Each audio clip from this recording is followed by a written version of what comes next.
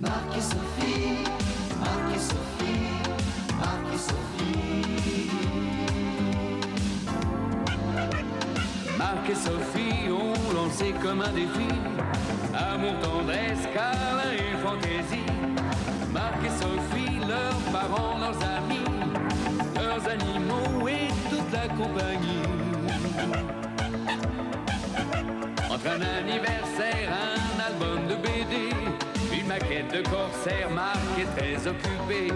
On se débrouille comme on peut, des voisins pas contents, des copains malheureux et Sophie rit tout le temps.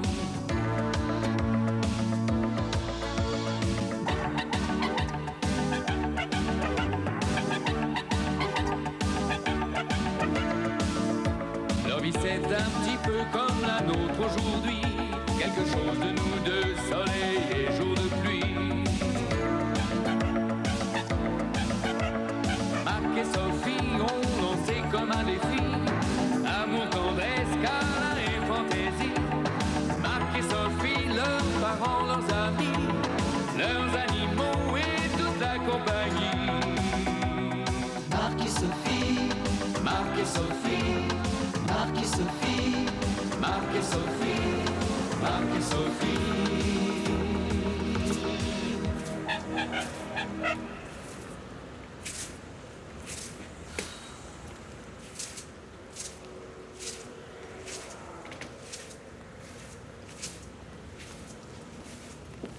On les mène. Et voilà le travail. Dites donc, vous êtes impressionnante. Ce coup-là, c'est le colonel du 5e qui me l'a appris. Du 5e des cavaleries? Non, du 5e étage. Avec tous les gens qui passent ici, comme ça, je suis à l'abri de toutes les surprises. C'est vrai qu'on se sent en sécurité dans ce quartier. Moi, c'est pareil dans mon immeuble. Rien que des gens bien. J'ai même un acteur de cinéma. Un acteur de cinéma? Un qu'on voit à la télé? Oui, je l'ai déjà vu souvent. Seulement, je ne pourrais plus dire dans quoi. Il joue des rôles différents. Une fois, il est barbu. L'autre fois, il a des lunettes. Après, il est blonde ou brune ou rousse. Moi, je l'ai, moi. C'est l'amant de la professeure d'anglais. La petite tante vin? Elle sort avec un acteur? C'est son jardin secret. Eh ben, c'est pas moi qui aurais marché sur ces plates-bandes. Parce que tout ça, c'est saltimbanque et compagnie. Alors le docteur Flachon voulait m'envoyer chez un psychiatre. Vous comprenez? Mais moi, ça me fait peur. C'est les fous qui vont chez les psychiatres. Moi, je suis juste un peu anxieux, vous comprenez? J'ai toujours l'impression d'être suivi par je ne sais qui. Peut-être par des policiers. Vous comprenez? Oui, oui, je comprends. Bah alors, asseyez-vous. Prenez un journal. Mais détendez-vous. Ici, vous risquez rien. Puis le docteur va vous recevoir dans un instant. Oh, mince. L'inspecteur Colalo. Ne vous dérangez pas, mademoiselle, je viens juste repérer les lieux. Vous êtes vraiment malade, vous? Vous êtes de la police? Ça se pourrait bien. C'est drôle, ça me rappelle la bonne vieille blague du vitrier. Vous savez, quand quelqu'un est devant vous, vous empêche de voir, vous lui demandez si son papa était vitrier. Eh bien, figurez-vous qu'un jour, j'étais au cinéma avec ma femme et devant moi, il y avait un type énorme, une sorte d'armoire à glace qui m'empêchait de voir. Alors, je lui frappe sur l'épaule et je lui demande si son père était vitrier. Vous savez ce qu'il m'a répondu? Oui. Son papa était bien vitrier, ce qui ne l'a pas empêché de masquer l'écran pendant toute la séance. Il n'a pas l'air d'avoir la conscience tranquille, ce jeune homme. C'est malin, vous lui avez fait peur maintenant. C'est parfois un bon traitement. Vous savez ce que je fais quand ma femme a le hoquet? Oui, vous lui faites peur. Ah bon, vous le savez? Bon, alors, qu'est-ce que vous venez faire ici? Je voudrais voir le docteur Rignigny. Lequel? Mademoiselle, je suis de la vieille école, n'est-ce pas? Alors, quand je parle d'une femme médecin, je dis Madame la doctoresse. Oui, bah, le docteur est en rendez-vous. Alors, si vous voulez patienter... J'ai tout mon temps. La patience, c'est 97% de mon métier. Alors, si vous voulez bien vous asseoir... Non, merci, mademoiselle. Merci infiniment. Ça ira bien comme ça.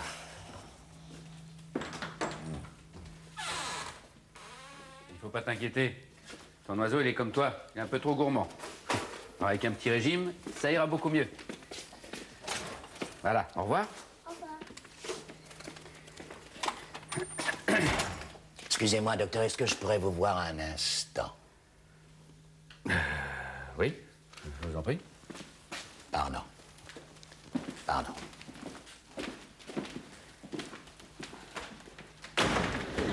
Je suis l'inspecteur Collalot. Oui, oh, je vous avais reconnu. Oh, comme c'est bien d'être physionomiste à ce point-là. Je suis un petit peu avec les animaux. Vous dites ça parce que je suis un poulet, hein? Inspecteur. Ouais, c'est bien ce que je pensais. On voit mieux de la salle d'attente. Ça dépend de ce qu'on regarde. Ah, ça, c'est une remarque très judicieuse, docteur. À votre avis, qu'est-ce qu'on voit de vos fenêtres? Pas grand-chose, malheureusement. L'immeuble d'en face. Rien ne vous échappe, docteur. Voyez-vous, c'est précisément un de vos voisins qui m'intéresse. Pour être plus précis, une de vos voisines. Une des locataires d'en face se trouve être la maîtresse de Jacques Védrine. Jacques Védrine? Oui, lui-même. L'ennemi public numéro 1. Difficile de faire mieux dans le genre, n'est-ce pas? Pour résumer, il est à peu près capable de tout, voyez. Oui, mais pourquoi vous me racontez tout ça? Parce que nous allons planquer. Planquer quoi? Je vous demande pardon. Je dis planquer quoi? Ah non, non, non, non. Nous allons surveiller la fille, voyez. Et votre appartement est le mieux placé pour ça. Ah, vous en êtes certain? Certain. Faites-moi confiance, j'ai pris la peine de vérifier. Eh bien, c'est ma femme qui va être contente. Oh, docteur, comme je comprends ça. Voyez-vous, si une chose pareille m'arrivait, j'enverrais ma femme passer quelques jours chez mon petit beau-frère. Le problème, c'est que je n'ai pas de petit beau-frère. Ah, pourrais peut-être vous prêter le mien. La police dans la salle d'attente?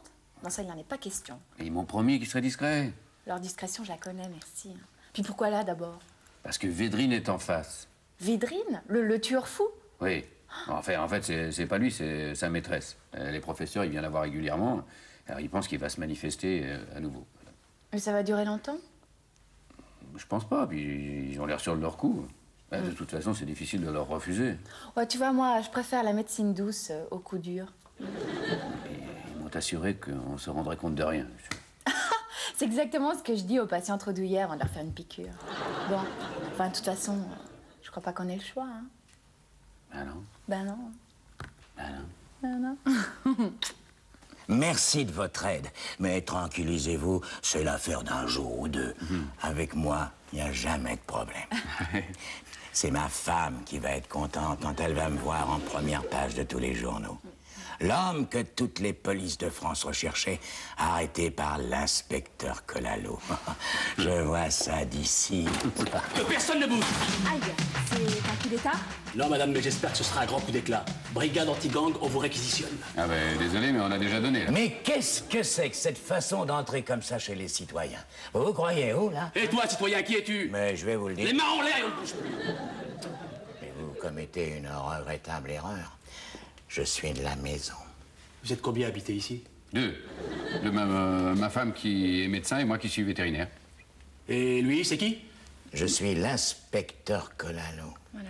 Vous êtes sur le même coup, mais il est arrivé le premier. C'est vrai. Ta carte? Dans la poche gauche, là. Ah, voyez? Alors, on est sur la même affaire? Ben oui. Je croyais que vous aviez l'exclusivité. Ben non. Ouais, c'est au-dessus de ses moyens, c'est un gros coup. Oui, mais je vais vous dire quelque chose. Je ne bougerai pas d'ici. Comme vous voudrez, inspecteur. On tâchera de ne pas vous réveiller pendant le coup de filet.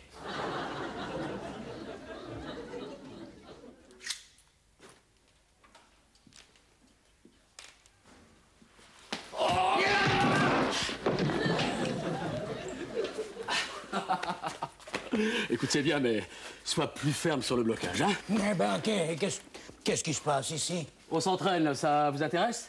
Non, merci. Nous, on est déjà prêts. Mais qu'est-ce que c'est que ce chantier? Ben, ils s'entraînent. Ça vous intéresse? Situation critique numéro 4. Agression à l'arme blanche dans un endroit fermé. Ça va durer longtemps, votre entraînement, là? Écoutez, docteur, vous allez comprendre. Védrine peut se pointer à n'importe quel moment. Il faut qu'on soit prêt dans une forme physique optimum. Et je ne parle pas de la tension nerveuse. Je préfère pas. Ça va, vous perdez pas le moral? Ben, c'est surtout les nuits qui sont longues, vous voyez. À propos, vous comptez vous installer comment? Bah, il y a le canapé. Ouais, mais ça, c'est pour nous, ça.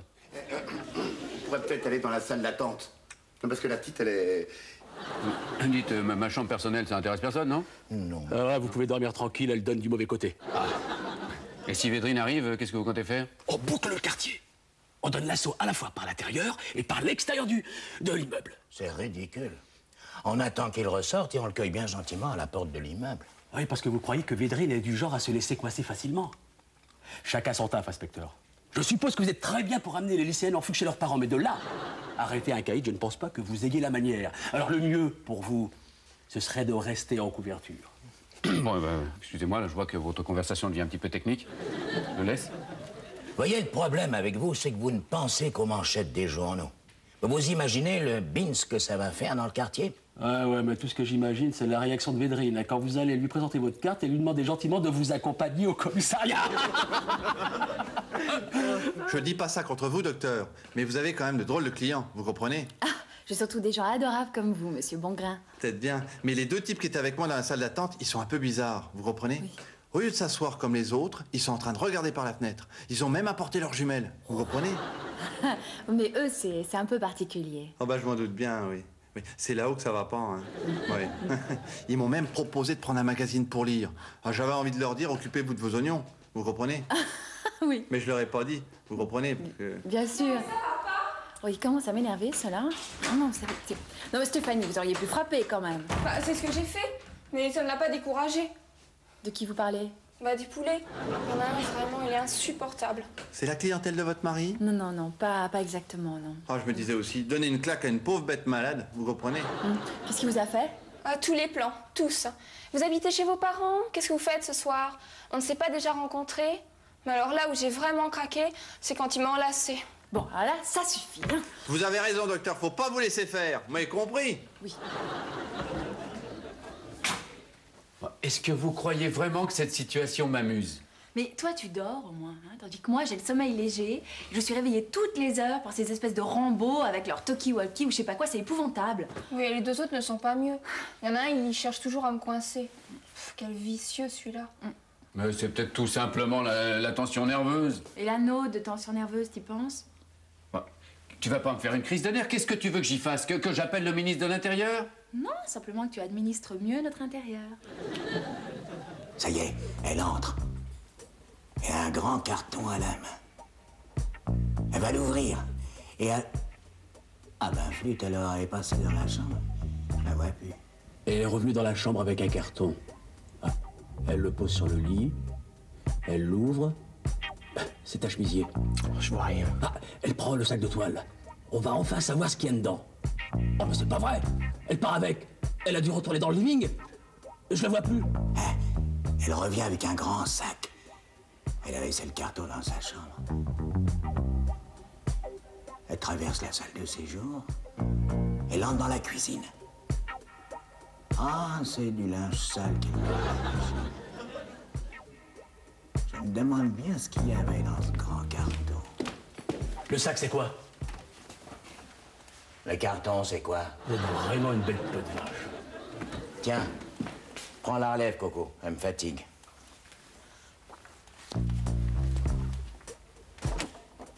Bonjour, messieurs. Je suis la gardienne de l'immeuble. Ah, enchanté, madame, mais voyez-vous, c'est peut-être pas le moment. Moi, la gardienne, vous, le gardien de la paix, en quelque sorte, nous sommes faits pour nous rendre de petits services, non? Et quel genre de petit service? Vous n'ignorez pas que j'occupe une position stratégique qui me permet de glaner quelques renseignements. D'autant plus que je suis copine avec ma collègue d'en face. Et alors? Elle a reçu une lettre. Si vous voyez ce que je veux dire. Ben non, je vois pas ce que... Il lui a écrit. Ma collègue a reconnu l'écriture. Ah bon? Et elle venait d'où, cette lettre? Je vais vous le dire. Mais auparavant, je voulais vous demander... Voilà, j'ai quelques locataires qui ont des petits problèmes. Alors j'ai promis de leur rendre service. Je compte sur vous. Depuis qu'ils ont mis les parcs-mètres dans la rue, impossible de se garer. Oui, je vous comprends. Voyez-vous, j'ai aussi pas mal de petits problèmes avec ma voiture. Mais pour en revenir à cette lettre, elle venait d'où? De Bordeaux. De Bordeaux, et alors? Bon, ben, Védrine est à Bordeaux, et après? Dans une affaire comme celle-ci, inspecteur, le moindre détail a son importance. Dis-moi, Coco, d'habitude, c'est pas moi qui dis cette phrase-là? Bonjour, messieurs. Je suis la concierge de l'immeuble. Qu'est-ce qu'elle vient nous casser les pieds, la mémé? Vous habitez la conciergerie, moi je suis la concierge qui habite ici. Nous sommes donc faits pour nous entendre, non? Bon, et alors? Elle a reçu une lettre. Si vous voyez ce que je veux dire. Elle venait d'où, cette lettre? Je vais vous le dire. Mais avant, je voulais vous demander, j'ai un locataire qui a un petit problème de fourrière. Bon sang, elle a traversé l'appartement en courant. Ben, je la vois plus. Oh, il y a du louche. Elle sort de l'immeuble. Elle se dirige vers nous. Pourvu qu'elle nous ait pas repérés. Peut-être elle vient se rendre. J'espérais qu'elle vienne le donner. Bloquons-nous. Je voudrais voir le docteur Higuini. Vous aviez rendez-vous? Non, c'est une urgence. Ah, Monsieur? Monsieur? Hein? Est-ce que vous pourriez laisser votre tour, s'il vous plaît? Parce que, mademoiselle, c'est une urgence. Pas de problème, allez-y. Merci, monsieur. Je vous en prie. Vous ne devriez pas le laisser fumer dans votre salle Mais d'attente. oui, mais le client est roi, on peut rien y faire. Qu'est-ce qu'elle fait là? Elle saigne du nez. Elle a l'air drôlement amochée. On lui a cogné dessus? Non, mais peut-être qu'elle aime ça. Mais bon sang, mais c'est bien sûr. Il est revenu. Védrine est là, il faut donner l'assaut. Ah, dites, c'est une maladie, vous êtes monté en boucle, vous, pour ce qui est de donner l'assaut. Non. Dans un premier temps, il faut demander à la doctoresse Reghini de garder la fille ici. Voyez? Dites-moi, docteur, vous pouvez prévenir votre femme d'ici? Oui, j'ai une ligne intérieure. Pourquoi? Qu'est-ce que vous voulez lui dire? Qu'elle ne doit pas s'affoler et qu'on a la situation bien en main. Ah bah, si vous voulez mon avis, c'est pas comme ça qu'on va la rassurer. Non, il faut qu'elle retienne la fille le plus longtemps possible. Oui, d'accord, mais si Védrine se doute de quelque chose... Non, mais vous avez vu dans quel état il l'a mise? Hein? Il est capable de la tuer. Il est de notre devoir de la protéger, n'est-ce pas? Au besoin, contre son gré. Quoi, Védrine est revenue? Ben oui. Et comme cadeau de retrouvailles à sa maîtresse, il lui a mis le nez en compote. Grave? Ben, elle saigne. Du nez, bien sûr. Elle est chez votre femme. Elle est ici? Il faut donner l'assaut immédiatement. Dès que ça vous démange, c'est une idée fixe. Bon, moi, qu'est-ce que je fais, moi, là? Eh ben, vous dites à votre femme qu'elle retienne la patiente qu'elle soigne en ce moment sous n'importe quel prétexte. Il faut absolument pas qu'elle la laisse quitter l'appartement. Voilà, ça va aller comme ça. Merci, docteur. Ça m'apprendra à laisser traîner des savonnettes. Oui, excusez-moi. Allô? Oui? Oui? Bah pourquoi? Ah bon? D'accord. D'accord. Ok. Elle va faire ce qu'elle va pouvoir. Oh, vous avez une femme formidable. Oui, je sais. Oui. J'ai une idée. Dites, si vous la gardiez pour vous, celle-là. On va se servir de la maîtresse comme un pas. On fait venir Védrine ici et on le cueille comme une fleur. Ah, je le vois très bien en train de cueillir des fleurs. Ça sera le bouquet, ça. Mais non, mais il n'est pas question de ça ici, hein. Ah bah c'est parfait, on va donner l'assaut alors. Et vous vous prenez pour Rambo, mon grand? Je peux m'en aller? Non, justement là j'étais en train de réfléchir à un truc. Vous avez bien glissé sur une savonnette, c'est ça? Oui, Oui, une savonnette parfumée. à la lavande. Non, parce qu'on n'est jamais trop prudent et là j'aimerais bien que l'on fasse des petits examens complémentaires. Des examens? Mais quel genre d'examen? Bah, pour voir si tout va bien au niveau du squelette ou alors sur le plan musculo-tendineux. Enfin, vous voyez quoi. Vous allez vous lever. Levez-vous. Voilà. Maintenant, vous allez tourner la tête de gauche à droite. Voilà. Juste la tête. Hein. Ça vous fait mal? Non. Bon. Alors maintenant, vous allez pencher le buste vers la gauche. Voilà. En levant le bras droit le plus possible vers le haut. Voilà. Oh, c'est pas très confortable. Non, mais c'est pas fait pour aller. Aïe, ah. Ah ben voilà. Ça vous fait mal. C'est grave? Non, non, non, c'est pas grave, mais alors il faudrait songer à un petit traitement quand même. Grenade fumigène BX-17. Grenade offensive WW-311 et une XT-4. Vous n'avez pas pris de missile? Fusil d'assaut MRT-77. Poignard ZZ-15. Revolver PP-007 Magnum. Munitions 12,5-18. Et le MA-548, vous l'avez? Le MA-548? Et non pas le MA-548, tout ça n'est pas très sérieux. C'est quoi le MA-548? C'est le formulaire d'ordre de mission. Bien. Vous n'avez plus besoin de moi? Allez vous mettre à l'abri et attendez que ça se passe. Si toutefois nous n'étions pas revenus d'ici une demi-heure, il y a l'extrême obligeance de prévenir la police. La vraie. Marc? Oui? Oui, je te présente mademoiselle Testevin, notre voisine d'en face. Oui? Elle est venue me voir pour un petit bobo et je l'ai invitée à boire un verre. Alors là, c'est Marc, mon mari. Enchanté. Enchanté. Bah, tu as bien fait. Ben, allez-y, je vous rejoins tout de suite. Vous n'êtes pas vétérinaire? Si. Ces messieurs sont venus pour faire soigner leur hamster. C'est ça. J'ai mon hamster dans ma poche. Il veut pas sortir. Il chatouille. Oui, le mien aussi, hein. Ça doit être la timidité, ça. Du calme, Brutus, du calme. Ce sont des petits animaux qui sont très joueurs. Oui, venez avec moi, c'est par là. c'est- Suivez-moi.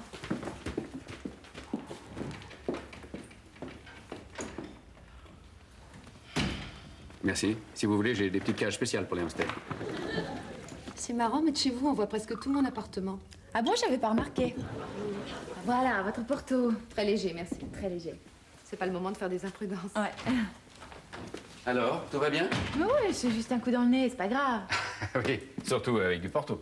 À votre santé. Mais ils l'ont dit à la radio. Ce n'est pas vrai, c'est une opération de diversion. Mais ils l'ont dit à la radio. Védrine s'est fait prendre bêtement à un barrage de police à la sortie de Bordeaux. Allons, bon. Mais alors, cette jeune personne, qui l'a agressée? Elle a glissé sur une savonnette. Opération repli. Et vos hamsters? Ah ben, il me les laisse en pension. Bon, au revoir tout le monde. Et vous, surveillez un peu vos fréquentations. Mes fréquentations? Mais qu'est-ce qu'elles ont, mes fréquentations? Tenez, ça vient de sortir. Oh, le salaud! Il m'avait dit qu'il s'appelait Simon Lamotte et qu'il était comédien. Mais il aurait pu me tuer. Et oh là! Oh là là. Un assassin vous manque et tout est dépeuplé. Bon, je vais la garder en observation. Eh bien, il ne me reste plus qu'à vous remercier et à m'excuser pour ce dérangement. Non, non, il n'y a pas de mal. Vous revenez quand vous voulez, surtout. Hein. Merci. Ouais. Donc, excusez-moi, mais il y a quand même quelque chose de pas très net dans cette affaire. Comment est-ce qu'elle a fait pour tomber en avant en glissant sur une savonnette?